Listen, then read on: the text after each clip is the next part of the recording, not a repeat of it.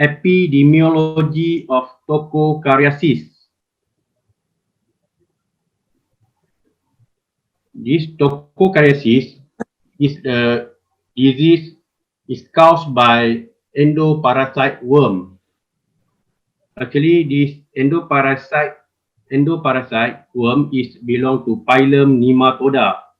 Their order is Ascarida, family Toxocaridae, the genus Toxocara, and have several species such as Toxocara canis, Toxocara cati, Toxocara malaysiensis, Toxocara tanuki, and Toxocara vitulorum.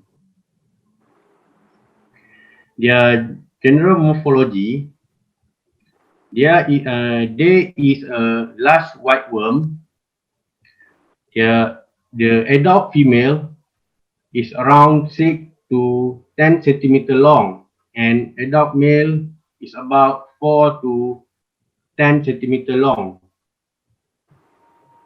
They have a cervical alley that situated in their anterior region for helping them in locomotion. At their mouth, they have three lips on anterior ends.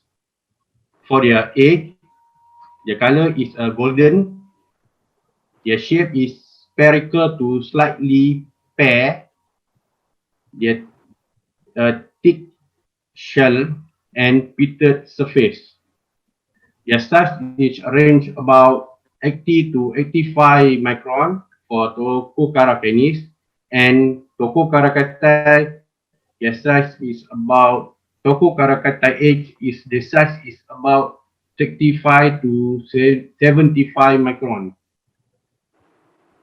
Now I'm going to present about the etiologic agents of toxocariasis.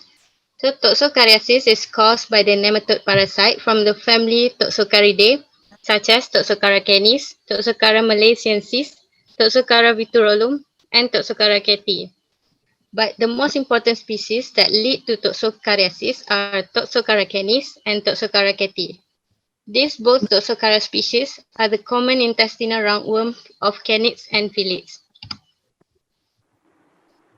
And now I'm going to generally present about the life cycle of Toxocara species. So I'm going to use Toxocara canis as the example here. So the eggs of Toxocara canis are excreted in the feces of an infected canid host. The embryonated eggs can live in the feces for up to 3 weeks. The feces are often deposited in soil or sandy area. A host must ingest the eggs for the life cycle to continue.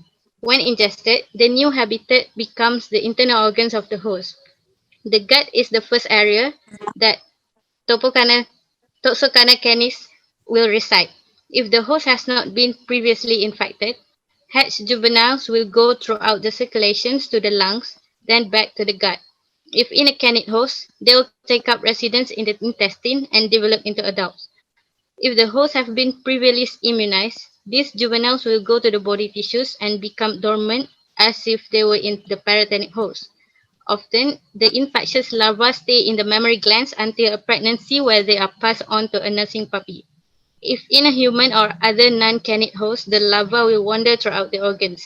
These wandering larvae are called visceral larva migrants, and they may travel to the eyes, lungs, brain, heart, muscles, liver, and other organs.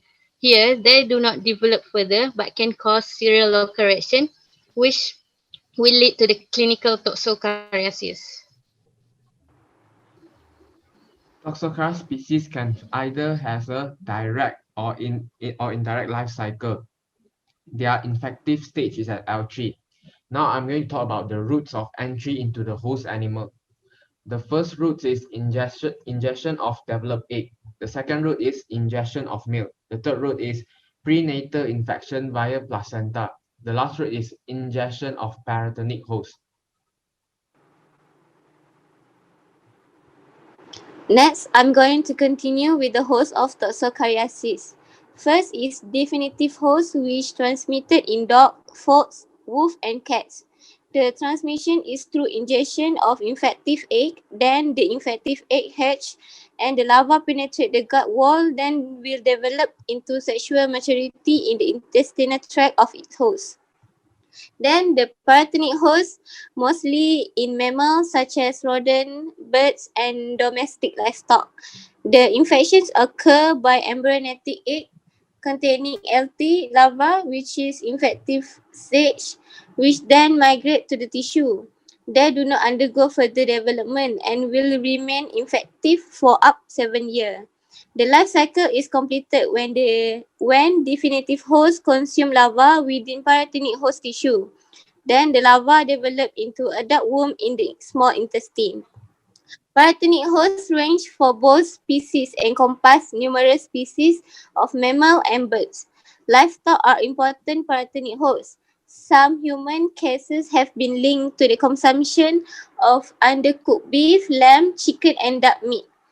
Next, in the zoonosis case where humans are accidental hosts who become infected by ingesting infective egg or undercooked meat of infected paratenic host. After ingestion, egg hatch and the larva penetrate the intestinal wall and carried by the circulation to different tissues such as liver, lung, eye, and brain, and it is known as visceral larva migration. Now I will proceed with the toxocariasis in the environment. Infected dogs and cats shed toxocara eggs in their feces into the environment. Once in the environment, it takes 2 to 4 weeks for toxocara larvae to develop inside the eggs and become infectious. Toxocara eggs have a strong protective layer which allow the eggs to survive in the environment for months or even years under the right conditions. Domestic dogs and cats are frequently found in areas where people live as people owning a pet. Therefore, there may be a large number of infected eggs in the environment. Once in the body, the Toxocara eggs hatch and the larvae can travel in the bloodstream to different parts of the body that can cause damage to these tissues and organs. Children have high risk getting toxocariasis as children used to play outside, play with the soil and even putting objects in their mouth that transmit the AIDS into the body.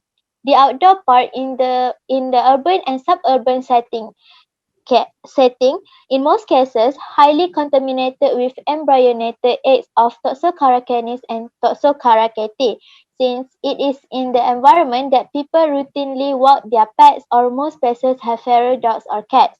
As we all know, Toxocara canis and Toxocara cati are common parasites, particularly in the young animals.